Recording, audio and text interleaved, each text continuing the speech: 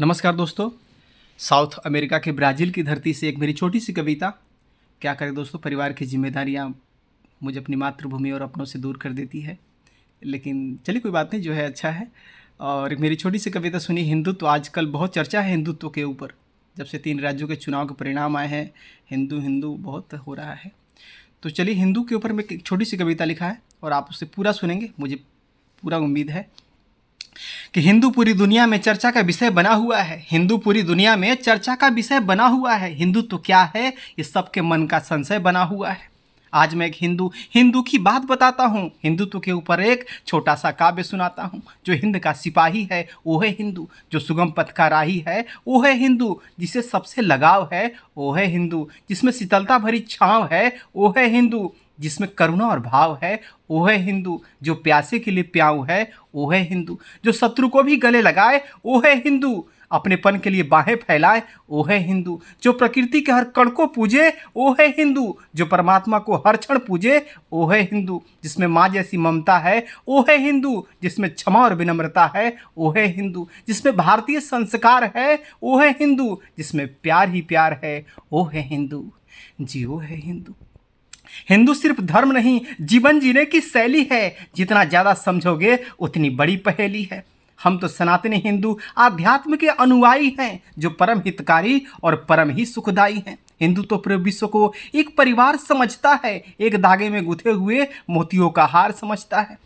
प्रकृति के हर प्रारूप को हमने सदा सम्मान दिया है। ईश्वर की विभूति मानकर हमने उसका गुणगान किया है।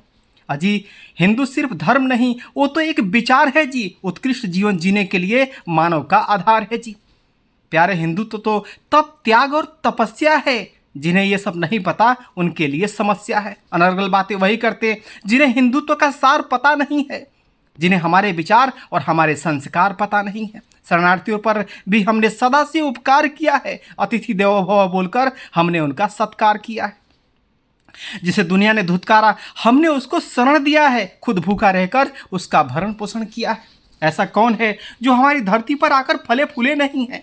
ऐसा कौन है जो हमारी धरती पर आकर फले फूले नहीं है? कौन सा बीज अंकुरित, कौन सा पुष्प खिले नहीं है? अपना वर्चस्व जमाने के लिए हमने कब तलवार उठाया है? कहो किस मजलूम को हमने भला सताया है? धर्म के नाम पर बोलो, कब हमने कत्ले आम किया है? किसके जमीनें हड़प कर हमने अपने नाम किया है? स्वतंत्र जीवन जीने के लिए भला हमने किसको रोका है? कब हमने अपने विचार औरों के ऊपर थोपा है? कब बेवजह युद्ध किया हमने, किसका वध किया? औरों का घर उजाड़ कर कब खुद को समृद्ध किया? किसका हमने घर तोड़ा, किसके सीमाएं लांघे हमने? पहले गोली खा करके फिर गोले दागे हमने।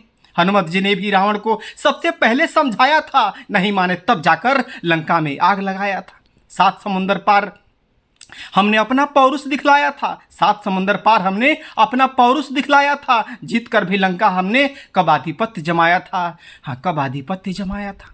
प्रेम से मिलोगे तो कदमों में अपना शीश झुका देंगे। गर शत्रुता की तो तेरा नामो निशान मिटा देंगे।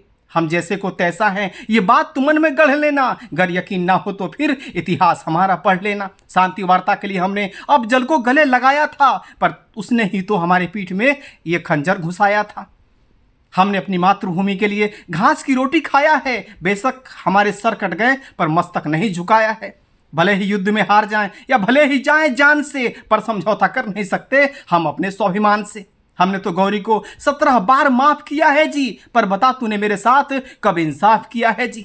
जो दुश्मन पर भी दया दिखाए हम जैसा खुददार है कौन? तुम ही कहो इस पृथ्वी पर हमसे बड़ा उदार है कौन? हमारे ही वजूद से जिंदा यहाँ का हर परिंदा है। हमारे ही वजूद से जिंदा यहाँ का हर परिंदा है। वरना अरब इराक सीरिया में तो मानवता शर्मिंदा है। हमारे ही वजूद से ये सोने की चिड़िया चहक रही है। हमारे ही वजूद से भारत की खुशबू महक रही है। जब तक हम हैं तभी तक ये लोकतंत्र आबाद है जी। तभी तक है सेकुलरिज्म, तभी तक मीडिया की आवाज़ है जी।